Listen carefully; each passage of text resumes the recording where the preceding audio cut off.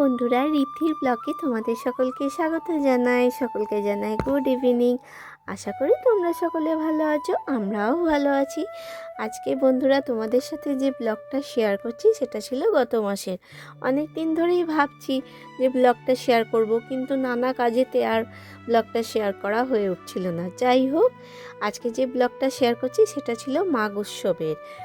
আমি আর ঋদ্ধি আগের মাসে চলে গেছিলাম উৎসব ময়দানে, এসেছিল মাঘ উৎসব, সেখানে ঘুরতে।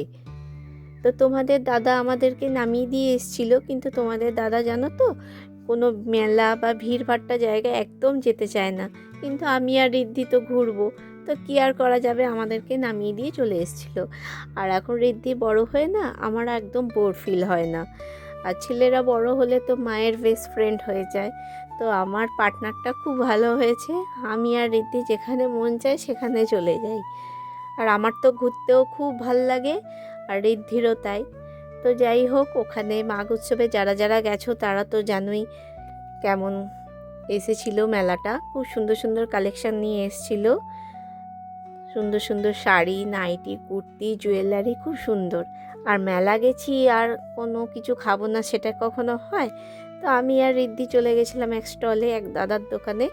তো সেখানে কিছু স্ন্যাক্স নিয়ে নিয়েছিলাম। আর আমরা যেদিন গেছিলাম সেদিনকে ক্যাকটাস ব্যান্ড এসেছিল, কিন্তু আমরা অনুষ্ঠানটা দেখিনি, তাড়াতাড়ি চলে এসেছিলাম কারণ ভিড় হবে।